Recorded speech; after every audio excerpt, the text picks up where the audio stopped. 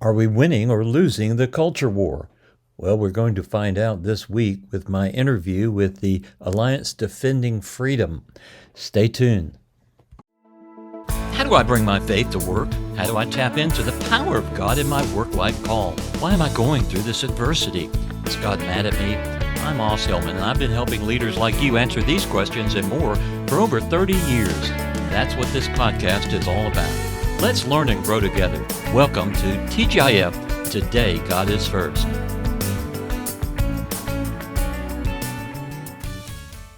All right, well, welcome this week to TGIF at Work podcast. I've got Bob Pruitt.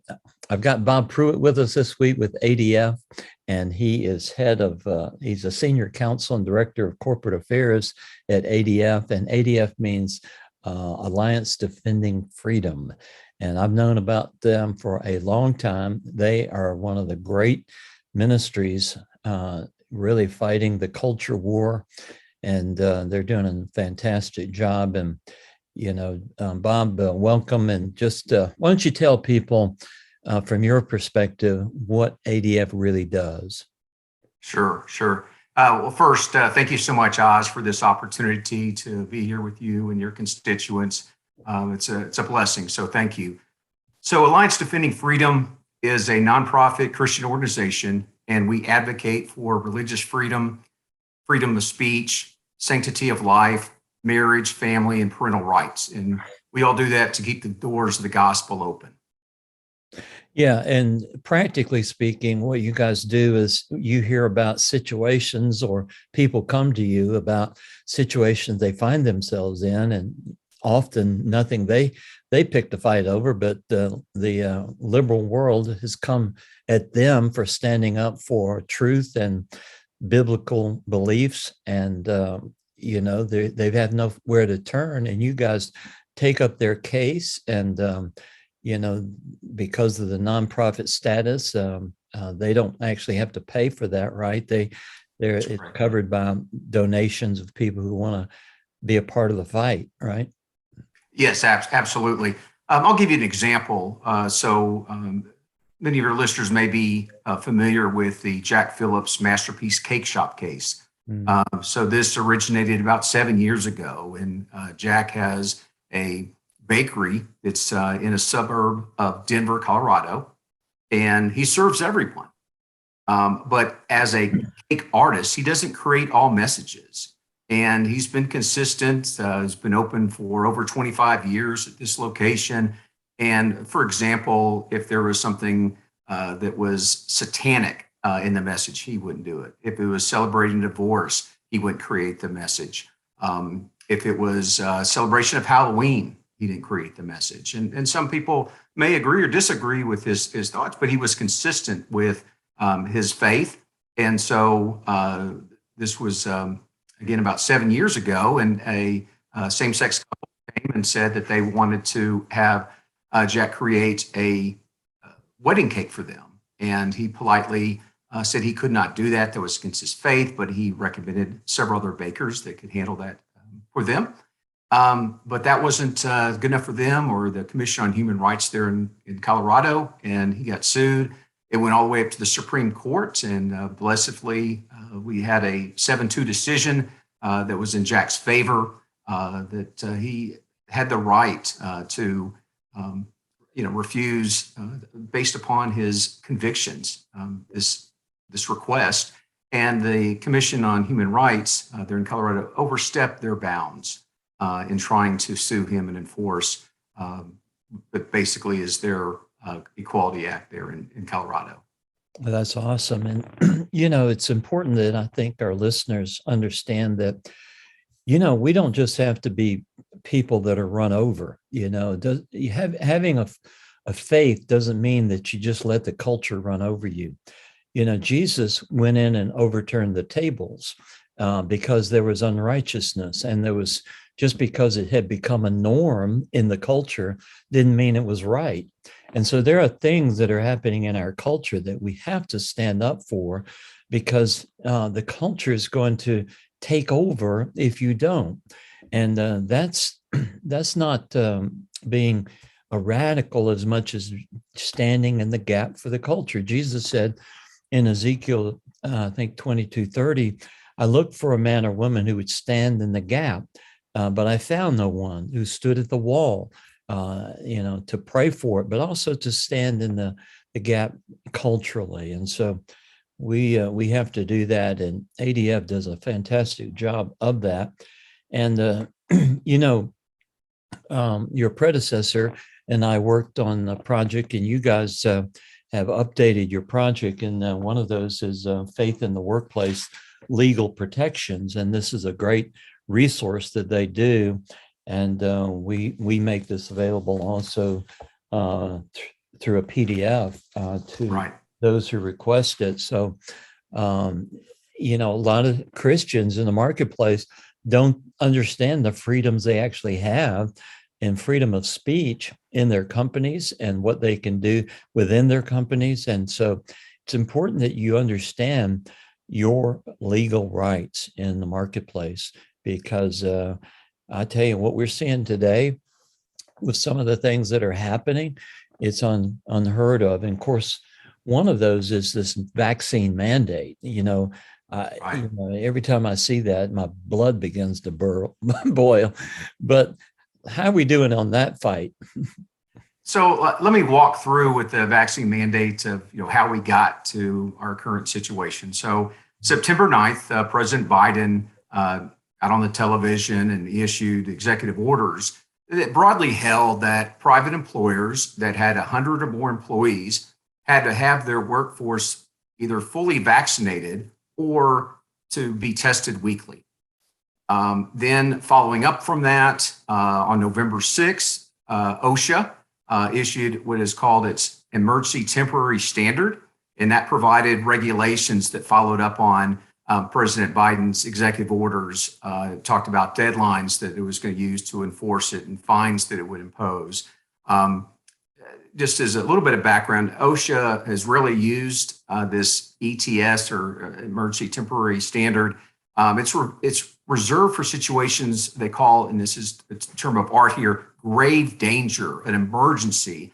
And the application would typically be a situation where you think OSHA would get involved. Let's say it was a explosion or a chemical spill, and they need to come in and exert their authority, immediately. And so that was obviously with employers that had 100 more employees. This was very concerning, because the fines that they were going to be imposing are over $13,000 per violation. And I dare say not too many companies could survive getting hit with those kind of penalties if they weren't in compliance with this vaccine mandate. So on November 11th, the Fifth Circuit Court of Appeals issued a stay. Means that it just takes that enforcement action by OSHA, this Emergency Temporary Standard, this ETS, and says brakes on. You need to hold off on any of the enforcement for that.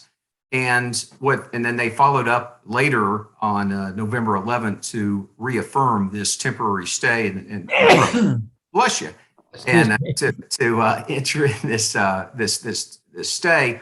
And what they said, and just kind of take a little bit from the Fifth Circuit opinion, is that they said that the ETS is an extraordinary power and it must be delicately exercised. And instead, they said this vaccine mandate is a one-size-fits-all sledgehammer. And it wasn't handled like they felt like it needed to be, with a delicately handled scalpel. And also the mandate failed to explain how emergency situation exists, this grave danger, when previously the president and OSHA were against such mandates earlier in the pandemic. Additionally, the court pointed out that in a true emergency, and you can again think of explosion or chemical spill, those hazmat type of issues, whether or not you employ less than 100 employees or more than, you're going to have the impact, right? Well, they were making kind of an arbitrary decision to say it is this only applies, this grave danger, for employers that have 100 or more employees. So they had a problem with how that could be a grave danger. And so they issued this stay, and that's currently in play now. Then there were a lot of different lawsuits filed about this.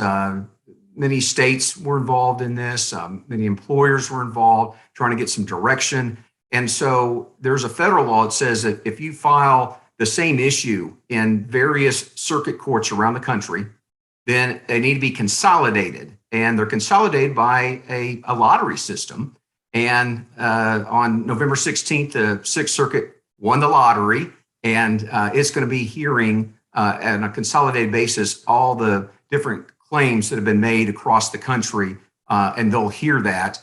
Ultimately, I think it'll probably also go to the Supreme Court, but we'll see. So right now we have the stay in place, and it's before the Sixth Circuit Court of Appeals. Then on November 16th, OSHA issued a statement that said that it's suspending activities related to the implementation and enforcement of the ETS. So there's a deadline that was by December 4th, and another one that was January 4th, and they've suspended those. So if you're an employer, you may want to get your ducks in a row, because who knows what may happen down the road. But at least those deadlines have been suspended during this stay, and then during this legal process that's now before the Sixth Circuit Court of Appeals. So we've heard how people in the medical field, like nurses that have, refused to take the vaccine, are they protected in this situation? No, this applies. So there's two areas. One is if you're a federal contractor or a subcontractor, federal contractor, and the other one is for health situations under Medicare, Medicaid, and those are not applicable to this stay that's in place. That's for private employers of 100 or more employees, as the ETS is mandated. So the restrictions and the mandates for the healthcare workers, if it fits under the definition for that particular healthcare facility, as well as filler contractors. Now, are still in play, but you still have exemptions. So you would still have a religious exemption under both the federal contractor and the healthcare employee mandates, as well as medical exemption. So you need to check with, if you're an employer, with your local council, because all situations are different. Your risk kind of assessment for these different situations, kind of goes with some people. Some people say, I don't care what the government does, I'm not doing it until, they knock on my door. Others a little bit more, maybe, concerned about what the government's doing. And so, along those lines, I certainly would advise to seek local counsel to help you navigate through these waters. Where do you think this is going? So I ultimately think it's going to go through this U.S. Supreme Court. Now, the U.S. Supreme Court, contrary to maybe some thoughts, is that they don't have to take, let's say, the Sixth Circuit rules one way or the other. The Supreme, they're most likely, whoever was on the losing side is going to appeal to the Supreme Court. But the U.S. Supreme Court can grant review or not review. It's called certiorari, but that's just one of those nickel terms that attorneys like me can charge a lot of money for our time, because we say certiorari versus review.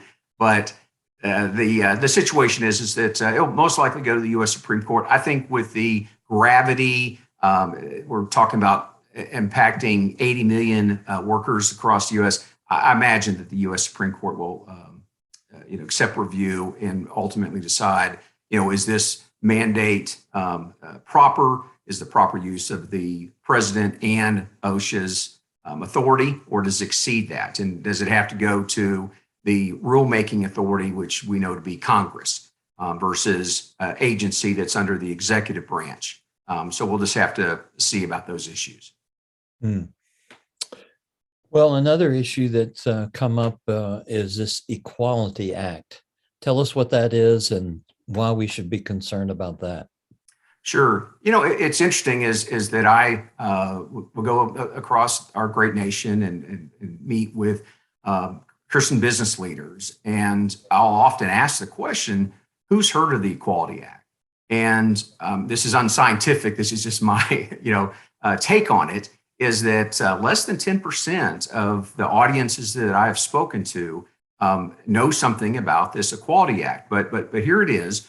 It is a federal bill that was introduced in the House, and it takes the definition. Well, let me back up a little bit.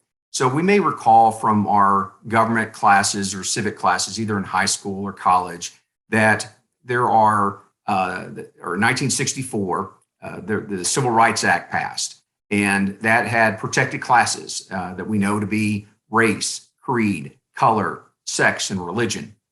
And back in 64, when that passed, the definition of sex was only the binary definition of male, female. It wasn't anything beyond that.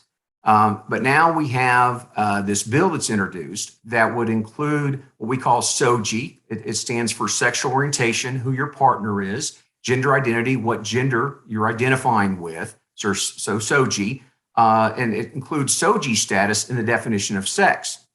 And that has some far-reaching impacts in our society. So, for example, in that we mentioned Jack Phillips. And so, again, he serves everyone, but doesn't create all messages. And the ones that he doesn't is closely held beliefs that he has about his faith and biblical facts. And so, in Jack's case, if the Equality Act had passed, a person that is the sexual orientation would be a protected class. They would either be able to force Jack to bake the cake or to make create the cake that he had with the message they wanted, or he's got to get out of the business. Another case is so there's it basically removes your belief system about a particular area for religious reasons. It does. I'll give you another example. So in the city of Anchorage, Alaska, there is the Downtown Hope Center, and the executive director there is a lady named Sherry Laurie. And there's a situation, city of Anchorage has a SOGI Act in place. And this downtown soup kitchen, Downtown Hope Center, during the day, it is a soup kitchen, serves males and females. At night, it becomes a women's shelter. And you can only imagine that most of these women have been battered and abused by men. And so this is a respite for them, a place they can stay, a safe place that they can stay. And nevertheless, a gentleman comes up one evening, and he was a male, obviously male. Actually, he had some injuries and stuff, but he was saying, "I'm identifying as a female, and I want to stay here this evening."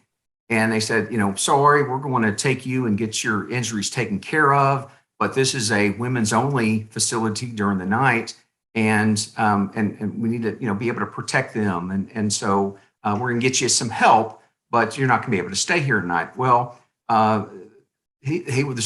that organization, Downtown Hope Center, was sued because they didn't accept this male that was just self-identifying as a female into their facility that evening. And so that in the first round with that, there was a victory at the court, and so that upheld Downtown Hope Center's right to refuse service to this male merely identifying as a female. But if something is passed like the Equality Act nationwide, then again, you'd either have to accept that person or get out of that business. Another impact is several ladies that we represent. One of them being Selena Soul, and she was a trackster, a nationally recognized trackster at the Glastonbury High School in Connecticut. Connecticut has a Equality Act type of law in its state, and that goes down to the Interscholastic League that was overseeing events. And so she was at a regional event. And if you place well enough in a regional event, you get to go to state. And the reason that's important is that's where the college coaches are. That's where the scholarship opportunities are for these track event folks. And so she goes to the regional, and based upon her times and what she had done before, most likely she would have placed and not well enough to go to state. Well, she missed it by two places. She didn't get to go to state, and the first and second winners for that race were boys identifying as female. The prior track season, they were on the boys team. They were average. They weren't standouts on the boys track team, but nevertheless, they competed identifying as females. And just to give you a understanding of kind of the unfairness for that is that these two boys went on to win 15 state Connecticut championships, shattered 17 girl high school records. Some of them had been long held during the times that they were there and in high school. And so it just speaks to the unfair playing ground and the physical differences that God made. And so with something like this, there's not any, it's very fluid. And so if someone wants to self-identify as the other gender, then they get to, access. It could be changing facilities, shower facilities.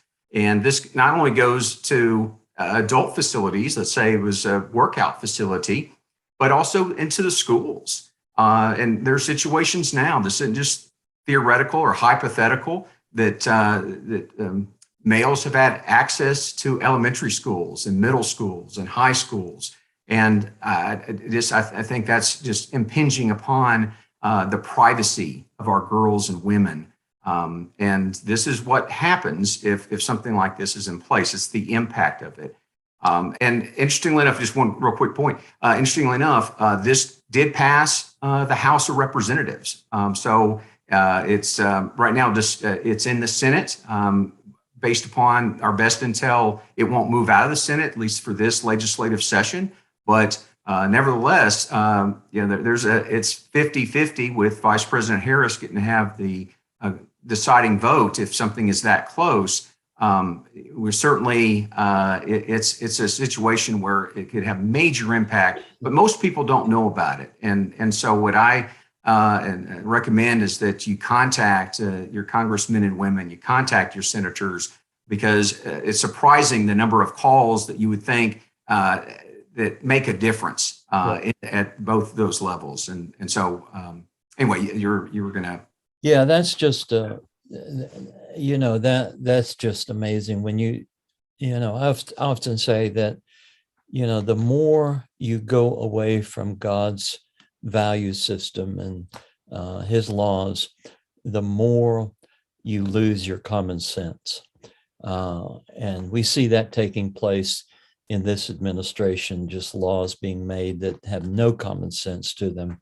It's just an agenda for liberal and socialism and just anti-Christ agenda. And, the scripture says in Romans that he'll turn people over to a reprobate mind when they begin to walk against the scriptures. And in Isaiah, it says, be careful that you call something evil good and good evil, that right. It's and of course, that's where we've gotten to today. And so it's unfortunate that these people have such wounds that they think they need to do this in their lives. They need prayer.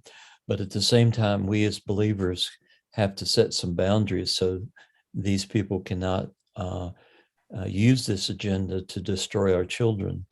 Just think about the young people who have aspirations to run or compete, and just because of the physical anatomy of somebody that is not female, they cannot achieve the dreams that they have. It's a real shame.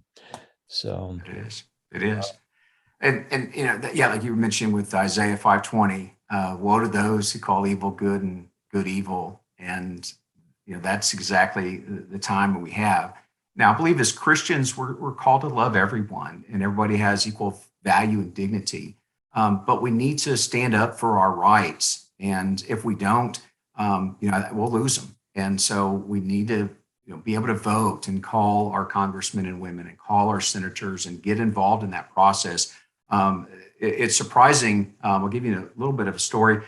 This happened when it was introduced in the House and back in 2019.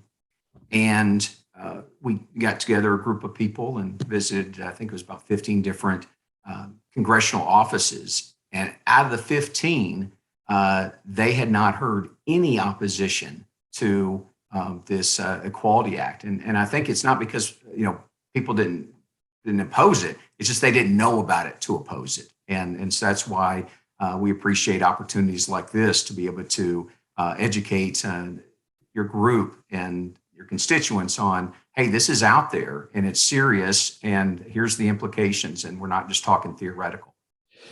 There has been various movements over time to begin to really get the nonprofit status of churches and any organization removed if they do not allow LGBT people to participate in the aspect of those organizations.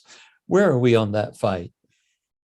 Yeah, so that plays also into the Equality Act and where that is. And so there are several different lawsuits. Now, there were a couple that were resolved recently by the Supreme Court. They found that a teacher at a Catholic school, that the school could rely upon their faith that for the placement of this position, and so that's an important victory that it found that this kind of ministerial exception that applies to pastors and ministers and priests also applies to teachers. And I know that that's even being constantly challenged. Let's say it was administrator or someone else. And so those legal challenges are as we speak, are being fought in different levels across the country. And we most likely will have another Supreme Court ruling that will talk about, not just the teachers, but other administrators of a faith-based organization, would want to hire and interact with people of that faith. And you can imagine that in another scenario, Christians have this kind of target on them in America, but you can imagine that if it were a Muslim organization and maybe someone of a Jewish faith wanted to work there, I don't think anybody would question that. But somehow, if they don't have the same beliefs as a Christian, those are being challenged. And so that's another blessing that ADF is fighting in the front for, that is for those rights of those organizations to be able to hire someone of equally yoked faith in their organizations.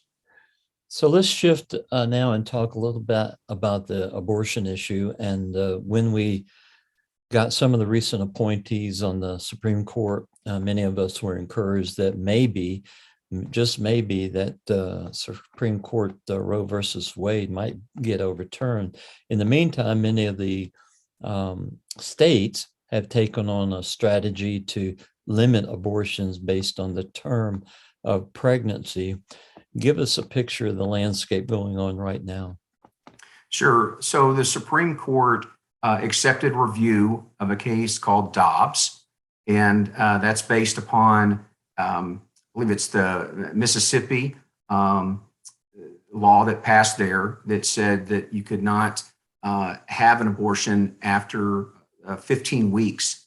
And so that's being contested, and it's already been accepted for review, I think, with the arguments in the first part of January.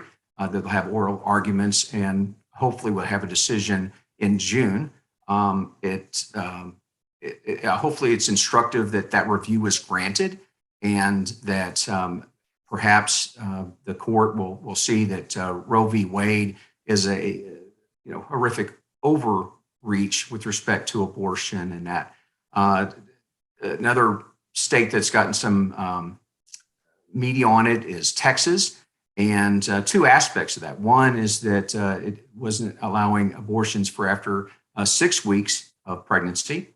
And then two, it allowed private citizens to bring action against the abortion providers as part of the statute versus state enforced actions that they were allowing private citizens. So that's likely to probably get reviewed by the Supreme Court as well. So there's a lot of active challenges that we believe that Roe v. Wade can be overturned, and it's an overreach. I mean, I think nowadays with the medical technology that we have, we see that the DNA is already created at the moment of conception, and we're at one point in time, a fetus, and we wouldn't be here, if our moms, committed a level of abortion. And so, on that, you talked about Dobbs case and the Texas thing. On the other side, you look at like the state of New York, and they were, trying to pass and laws that would almost be infanticide. That it would not be a situation where they would, or they could commit abortion almost up to the point of delivery. And something like that, it's just horrendous. We're just killing babies. And one other stat, since Roe v. Wade passed in 1973, 16 million babies have died. And that's just a serious situation for our country. Well, it's actually 61 million, isn't it? Well, yeah, I mean, 60 plus, but yes, sir. Yeah.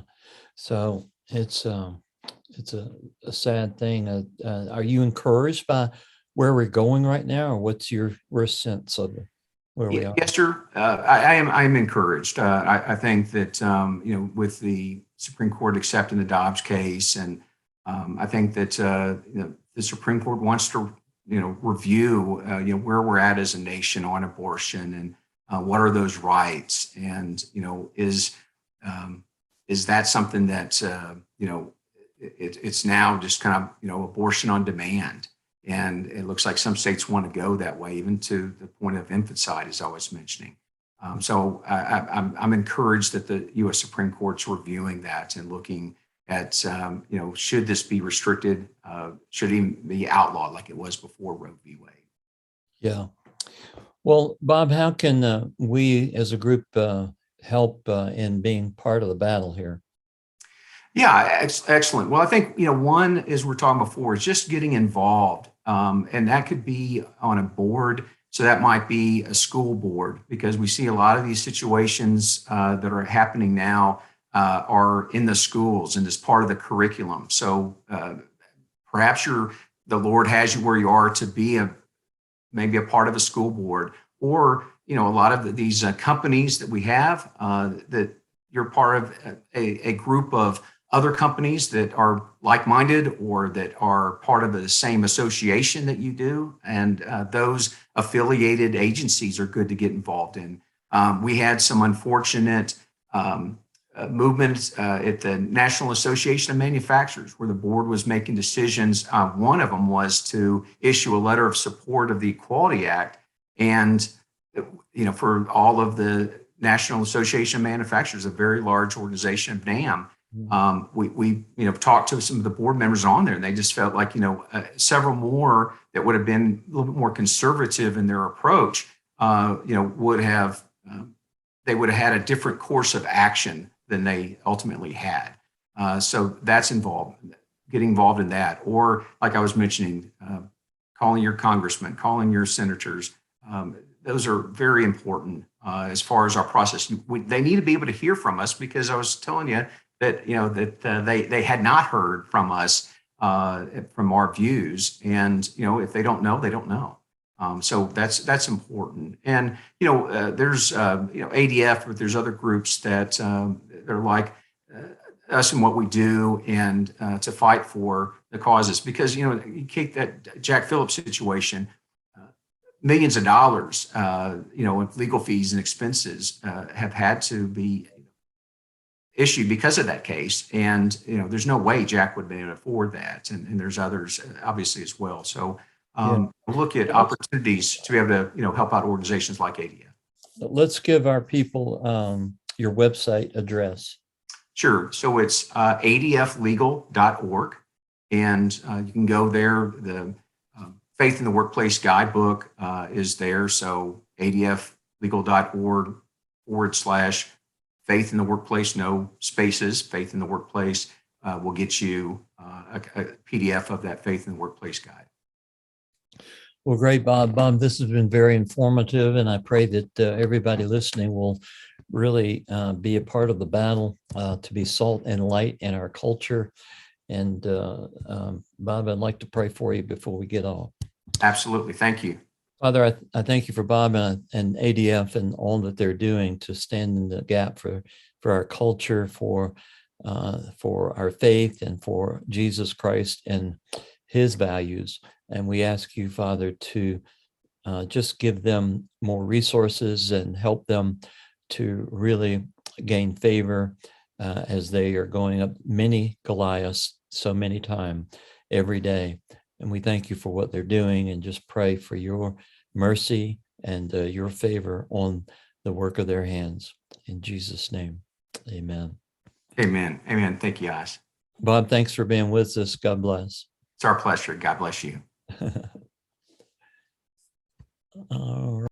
Let's face it, we all want to make a difference. We want to live for Christ. We want our work to have meaning deep down. We all want to live a larger story to make a difference in the world. But how do we do this? It doesn't just happen. We must invest in our spiritual and professional life that involves spiritual mentoring and training. But where do we go to get that kind of spiritual mentoring and professional training? Is it at church, a conference, a school? The Change Agent Master Mentor Program is the answer to that question, founded by Os Hillman. He is a pioneer in marketplace ministry and has had a 40-year advertising and business career, working with clients like American Express, Steinway Pianos, Thomas Nelson Publishers, and a host of other successful companies. He understands the challenge of living for Christ in a pressure-packed business environment. He created the Change Agent Master Mentor Program to help leaders. Os will help you realize your dream of being successful in your career and having an influence on your world. The Change Agent Master Mentor Program is designed for you to realize your larger story, to understand your purpose, to learn and apply your faith life to your work life from Os and other proven workspace leaders who are doing it. Our online course and group mentoring will help you become God's change agent, to be a cultural influencer and succeed in your work-life call, and grow in your relationship with God and with other members of the Change Agent Master Mentor Program. Come join us. Let's influence the world together. www.camastermentor.com